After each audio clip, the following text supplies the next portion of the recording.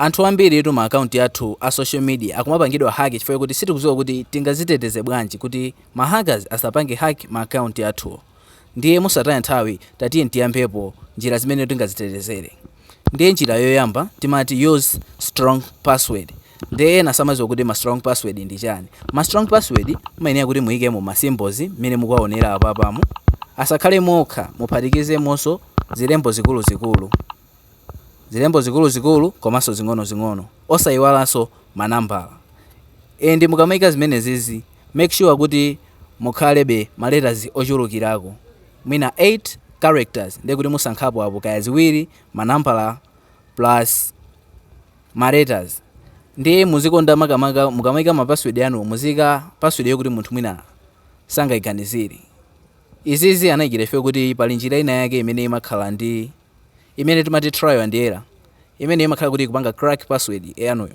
Ndiye kumene koko kumakhala kuti kuli ma list ochuluka ama password.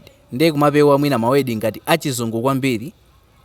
Ife kuti amene wamakhala makamaka ali ku list imeneyo ndiye account yanu itha kupangidwa hack mophweka. At least akakhala achichewa ife kuti ma list kwambiri amapanga ndazungu. Ndiye account yanu izakhala yotetezeka. Ndiye njira yoyamba yozani ma strong password. Njira yachiwiri imene tikuti timati enable two-factor authentication kapena kuti kuika two steps verification koma account yathu. Ndiye two steps verification ndi wabwino kwambiri. Chifukwa chokuti munthu tingoyereza kuti password yathu akuiziwa. Akapanga login pompo imafunsa security code yokuti apange verify. Ndiye mutha kuyika phone number yanu kaya ndi email kapena mutha kumayuza ma application amene amapanga provide verification code. Imeneyo ndi njira yachiwiri. Ndiye ngati ma account yathu aja siti kuyuza ma strong password, tiye tipite tikayike ma strong password mene ndafotokozeramo and tikayikeso ma two steps verification. Njira yachitatu yozitetezera. Osamangopanga click ma links osaziwika bwino. Pali ma link ena amene timati ma phishing links. Ma link amenewo amakhala kuti munthu amafuna kuti apange collect password yako komanso username yako. Ndiye mukamapanga click zinthu zosaziwika bwino zapeza kuti mwahakisa account yanuyo mophweka. Njira ya number 4. Mukafuna kupanga download ma application.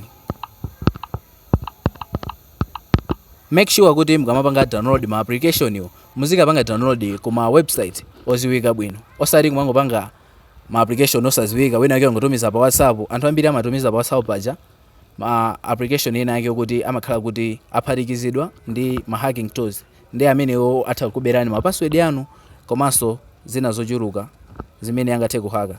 Kaya ndi location, kaya ndi camera yanu. Ndiye kuti muziteteze ngati mufuna kupanga download ma application abwino zipitani ku website oziwika bwino. Apo ayi kungopita pa Play Store paja pamakhala ma application abwino. Ndiye njira zinazo zilipobe. Ndiye tipitiriza ku video yosatira. Ngati muli ndi mafunso ena aliwonse okhoza technology mutha kufunsa popanga comment ku video iliyonse ndiye kuti muzayankhidwa izapangidwa kukhala video. Tiye tionane ku video yosatira. Osayiwala kupanga follow.